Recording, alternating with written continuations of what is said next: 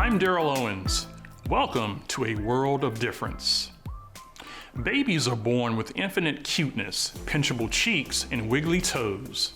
One thing they are not born with is executive function skills, an important developed skill set that can put a child on the path to a successful, independent life. What is executive function? As the Center on the Developing Child at Harvard University puts it, just as an air traffic control system at a busy airport manages the arrivals and departures of many aircraft on multiple runways, executive function skills allow us to retain and work with information in our brains, focus our attention, filter distractions, and switch mental gears. While not a learning disability, executive functioning issues are typical with people with attention issues and learning differences. On this episode, you'll learn the basics of executive function in our In the Know segment. Next, our national panel of experts will provide a deeper understanding and actionable strategies for enhancing executive function during our Ask the Experts conversation. Later, you'll meet our latest difference maker, once a struggling dyslexic who turned his Kryptonite into a secret weapon for inspiring children with dyslexia, especially children of color. But first, Health Day News anchor and A World of Difference special correspondent Mabel Jong takes a closer look at executive function.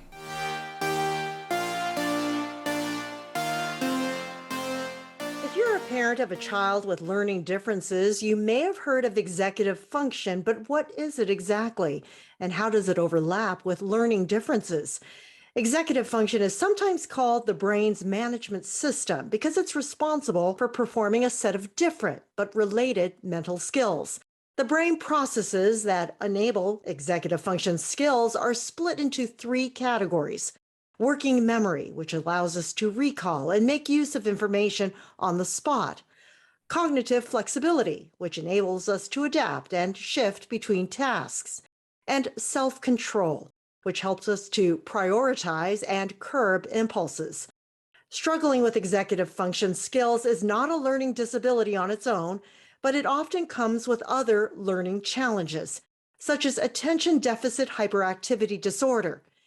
ADHD is highly related to executive function, and people with ADHD will likely have trouble with all or many of the skills governed by executive function.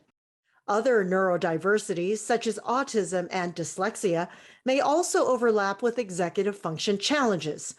Potential signs of executive function problems may include struggling to start, finish, or switch tasks, not remembering something a teacher or parent just said, poor time management, frequently losing belongings, difficulty following or remembering directions, displaying excessive emotional responses. To help us better understand this very personal experience, we spoke with Jaya Bonner, who has struggled with executive function since middle school. Today, Jaya is a learning specialist at the University of South Carolina and a member of the National Center for Learning Disabilities Young Adult Leadership Council. Do you remember when you first heard about executive function and how was it explained to you? So executive function wasn't really explained to me. It was kind of told to me. When I was in sixth grade, I was going to a private school at the time, and the private school just didn't have the necessities that I needed, as my parents felt like I needed more. So I actually transferred to a different school. And then my teacher finally found out about my ADHD. My papers kind of processed there at the school, and it was just a total different atmosphere. I didn't feel like I was any different before, but right then and there, that was just it. I knew. We also spoke with Amanda Morin, an educator who specializes in developmental delays and learning differences. Amanda is the mother of 3 children, including 2 sons with autism. Do executive functioning challenges go hand in hand with those learning differences for your son? They do, yeah, and especially with ADHD. ADHD in particular It's one of the key signs of ADHD is difficulty with executive functioning.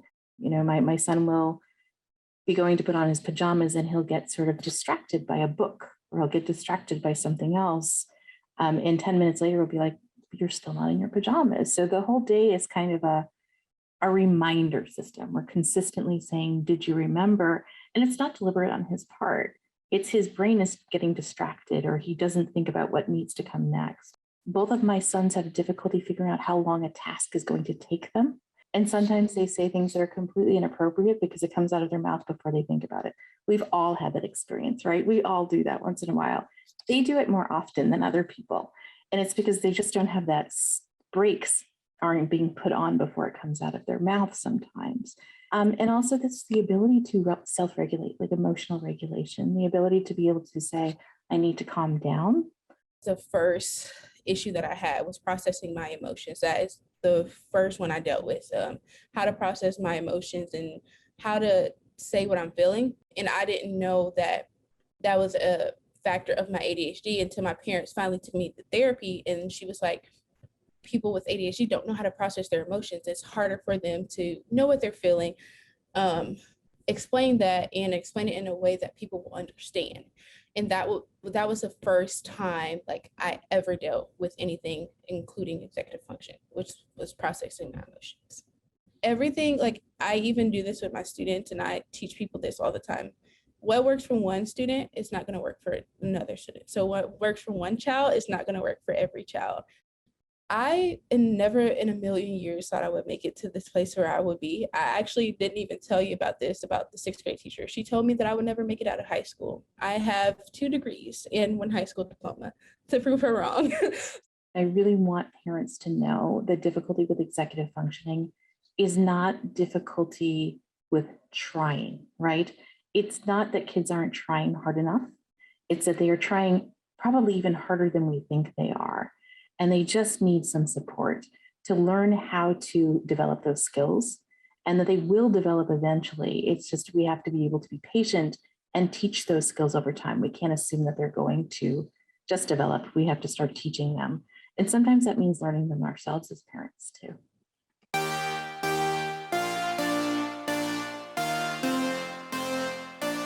Thanks, Mabel. Now, for a deeper dive into executive functioning and a raft of ways to build those muscles in your child, we turn to the experts.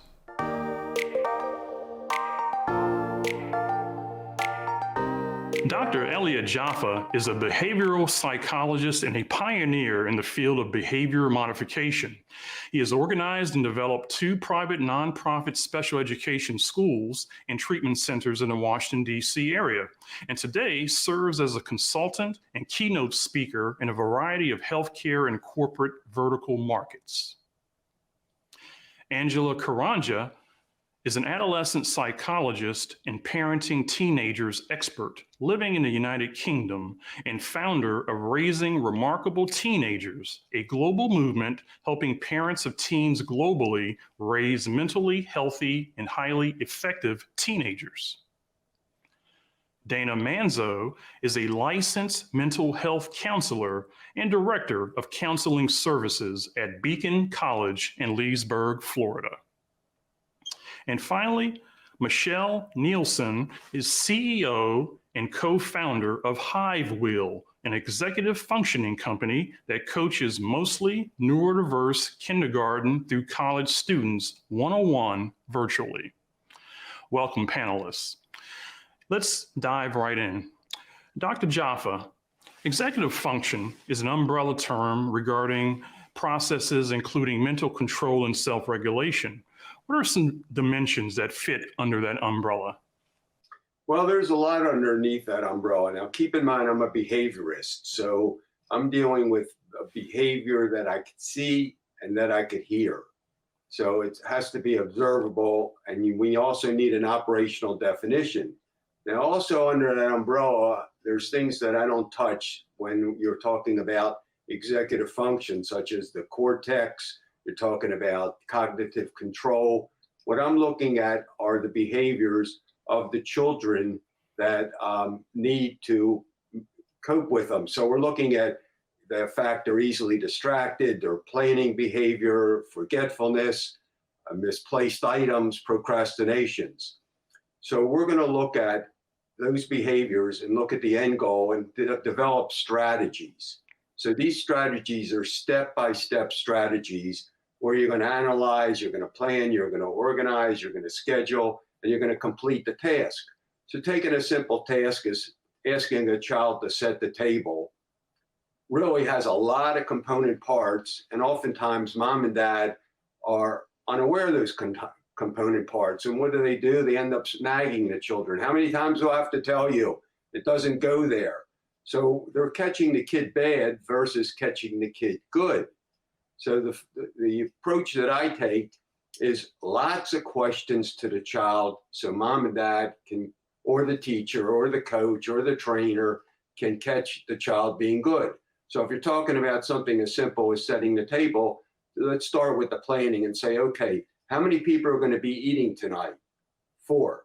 Great. And how many plates do you think we're going to need? 4. Where do we keep the plates? So you could see how I'm breaking this down in a step by step. So it's easy, it's successful for the child. It also needs to have fun involved versus mom and dad or the teacher or the coach sometimes get a little bit frustrated and with the child, and you gotta keep your cool to make this work using the behavioral approach. Now, of course, there's other approaches, so that's the only part of the umbrella I'm looking under. Thank you, Dr. Jaffa. Angela, let's amplify that a little bit more since he was focusing on the behavioral aspect. Why do we need executive function skills at all? Absolutely, we need them, and thank you very much. That's a good question. We need these skills for evaluating options, and like Dr. Jaffa said, about planning, and then there's also about having perspective, different perspective, and there's also about decision making, thinking about consequences. So what we can say is executive function skills is conscious thinking. Everyone thinks, but some of it is very subliminal. But executive function, think about a CEO or a symphony leader. So what they're doing is you're making decisions about what's going to happen. So there is the conscious thinking, and like Dr. Jaffa said about when you ask a kid to lay the table, how many people are going to be there? So they're thinking about, okay, there's 4 people. There's reasoning. Oh, if it's 4 people, then that means 4 plates. And then there's also it also comes with perseverance. We have the higher mental faculties of the mind, which are especially on the frontal cortex, which is where the executive function skills happen. And these have to come from outside. They have to learn them. So it's a learning process, and that's why we cannot afford to get frustrated at our young people, because it's a skill. It's a skill, and we know that no little kid can run a marathon, but they could run a marathon after they have practiced. They have empowered their muscles, and then they can run the marathon at some point. But we can't expect it to happen straight away just because we think they have them at the moment. All right. Thank you, Angela. Now, Dana, let's talk a little bit about kids in school. When it comes to executive function skills, what are they using those for in the classroom setting? Yeah, so executive functioning skills are going to help us to retain relevant information and then apply that information. But we have to do all that while simultaneously controlling our emotions. And we're controlling the emotions so that we can meet the task or the goal that we have set up for ourselves. So the skills in the classroom are going to help us to attend to the present moment, to plan for the future, to meet deadlines, Really at the core, executive functioning skills are things that we ask our children to do every single day.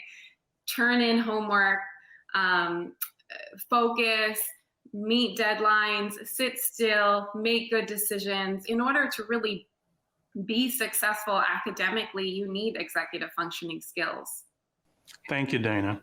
Now, Michelle, it doesn't only apply to the classroom setting, right? Children need executive function skills when it comes to them in the social setting as well. Isn't that right?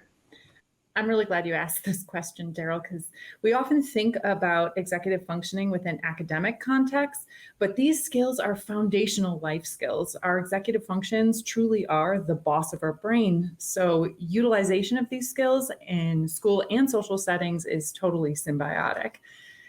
There are so many examples of this. For example, response inhibition. This is how students stay quiet when their teacher is speaking in the classroom. It's the same executive functioning skill that lets us listen when friends are speaking or parents are speaking and not interrupt them. That ability to pivot and be flexible, that's what allows students to consider multiple paths to an answer instead of getting stuck when their first idea doesn't work out. That flexibility also prevents anxiety over unexpected changes in social situations, such as where you're going or who's going to be there. Those are just a couple examples of how executive functions really have this symbiotic relationship with our social lives. All right, thank you for that answer, Michelle. Going back to you, Dr. Jaffa, what are some telltale signs that a child may be having some executive function dysfunction? Well, this is where the expert gets called in rather than looking for the signs, because it varies, and it's a laundry list. It's a huge list of the child leaving a seat in the classroom to the child not follow mom and dad's directions. But the key thing is we have to look at where we're starting from, how it was identified. And unfortunately, in the classroom, in public schools, and even private schools, there's a professional who puts a label on the child. And it's rare that they peel off that label, no matter what the label might be. It rarely gets, if ever, gets peeled off. So what I'm looking at is what's the behavior. The child's not up to snuff, and academically, the child's leaving his seat constantly, because in the way my schools were at the time managed, I had a teacher and assistant, 8 kids in a classroom, and we would reinforce the kids, catching them being good with verbal praise like once every 11 seconds. And that's going to get the behavior. And the key thing is, I always ask, is we don't want to use the 2 worst words in the English language, which is "you should." And this is what unfortunately, this is what the parents have been hearing from expert after pediatrician after expert, and the list goes on, that they're telling the parents or the teacher what to do. And unfortunately, it's a tough job, and mom and dad need that training. I mean, one of the things that when we use the word executive function, the sad thing is we can go out on the street right now, talk to parents and say, what's executive function means? They have no idea what you're talking about, or very few do. And it's like when I hear the term emotional intelligence, it sounds good. Hire somebody with emotional intelligence. What is emotional intelligence? It's people skills. Watch the full Ask the Expert segment on our website at awodtv.org if you want to learn more about executive function skills. You can also watch or listen on Facebook, YouTube, or on your favorite podcasting platform.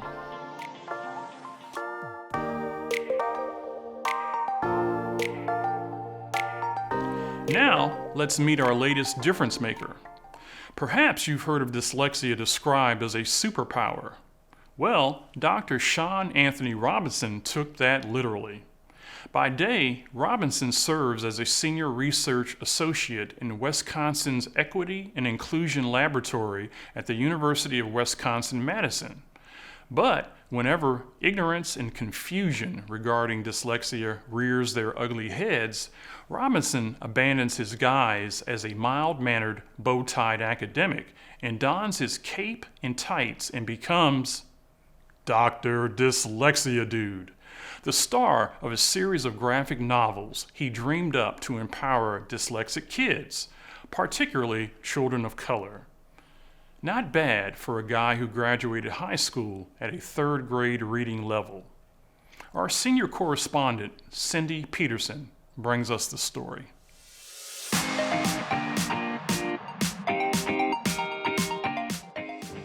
Dr. Dyslexia Dude is taking the neurodiverse universe by storm with the world's first dyslexic superhero modeled after creator Sean Robinson and his own struggles with schooling and behavior. Today, Sean is a senior research associate in Wisconsin's Equity and Inclusion Laboratory, but his journey getting here wasn't easy. My journey in life is probably different than a lot of people, particularly within the context of special education. I was in special ed my entire K-12 academic, journey. Again, came from a single parent household. My mother raised me. She always knew I had a lot of potential, had a lot of great teachers, coaches that helped me. But I knew that I was different, not just by my skin, but the fact that I couldn't read. And so being in school, not knowing how to read, it's really messed with my head psychologically, put me out the game. And so not being able to read, I think stemmed a lot of internal anger, outburst, and then I found myself getting into a lot of unnecessary trouble. With continued problems in school, Sean's mother had him tested academically by a professor at the University of Wisconsin, where he first found out he was dyslexic.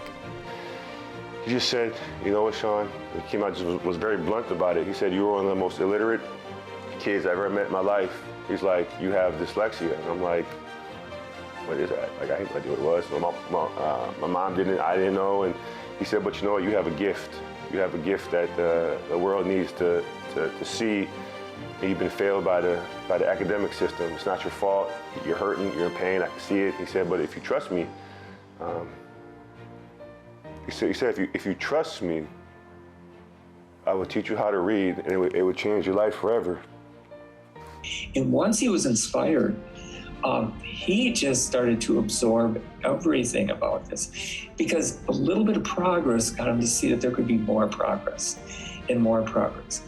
Sean began the specialized program after high school and went on to get his undergrad, master's, and PhD in language and literacy, an 18-year venture. It's because it's just one man who changed my life, taught me how to read, gave me hope, taught me to appreciate language, taught me how to appreciate knowledge from books. I just took off. I just ran. I took the ball, and I just went, and I never looked back. And some of me just told me I wanted to get more education. I wanted to learn more about dyslexia. I wanted to be able to help kids who not just look like me, but experience the hardship of not knowing how to read, and let them know that there's hope at the other end. And so I went and enrolled in a PhD program where I was in there for 7 years. I had 2 professors that actually failed me and told me that that program wasn't for me, that I should do something different. Same thing I heard when I was a little kid, same narrative. And so I just pushed forward like a little train, choo choo. I just kept going, and the time I looked up, it was 18 years straight school after high school, just 18 years of discipline, trials and tribulations. In an effort to reach kids like himself, Sean created his alter ego, Dr. Dyslexia Dude, and he and his wife, Inshira, chronicled his journey in graphic novels. I just think about a way of being creative, about reaching and disseminating to a wider audience. And so then my wife and I were sitting down one day. I said, I think we should turn my lived experiences and my work into graphic novels. We had our illustrator, Brandon Hannott, another person that is part of our team that I really, my wife and I really couldn't have done this without him. And so we wrote the first one, and it just took off. And then we wrote the second one, and it just took off. And then the third one just came out last October. And we've been getting a lot of positive feedback from teachers, parents, kids about the value of the book and how it empowers kids. And really gives them hope. So that's what we want to do. Part of what is also so special and unique about the Dr. Dyslexia Dude books is that he's also, created a character that really is himself. I mean, this is his experience. And, it is a character that represents, a minority group, and often minorities are not represented in books, and certainly not as superheroes. And so I think that that's something that's really cool and special about it too, across the board, because I think dyslexia is a superpower. So I love for all kids that they can see that. And I think also it's really important that we have somebody sharing that story, and a powerful, empowering story in communities that aren't getting to hear that. Sean travels the country in his superhero costume, speaking in schools and conferences, telling his story from special ed to PhD, and encouraging kids that it's okay to be different and follow their dreams. It takes people like Sean to change the climate, make dyslexia just not something that's so misunderstood. People now are speaking about dyslexia. People are talking about his books. And I think that's a very, very important part. He's become a popular speaker.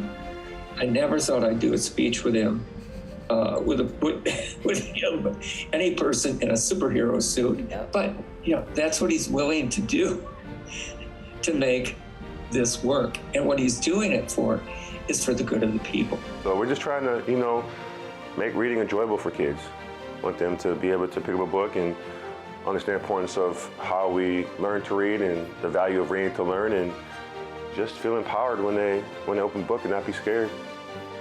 If wearing this outfit can inspire some kid to be creative, then I've done my job. Like I'm okay with wearing this if it gets them to believe in themselves and to think about the imagination of opening a book and maybe being an author or something, or just following their dreams. So that's really the purpose of why we do this. With A World of Difference, I'm Cindy Peterson.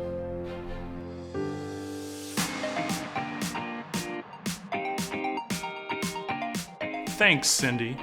And congratulations, Dr. Sean Anthony Robinson, for making a difference.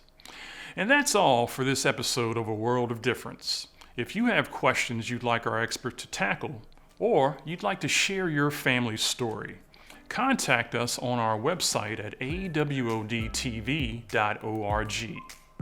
I'm Daryl Owens. We'll see you back here next time. You can watch episodes of A World of Difference on the Beacon College Facebook and YouTube channels, and on the show's website, awodtv.org. The website also provides tip sheets and other resources for your parenting journey. And you can listen to the show on the go on Spotify, Breaker, Google Podcasts, Stitcher, and other popular podcasting platforms. Thank you for watching and supporting A World of Difference.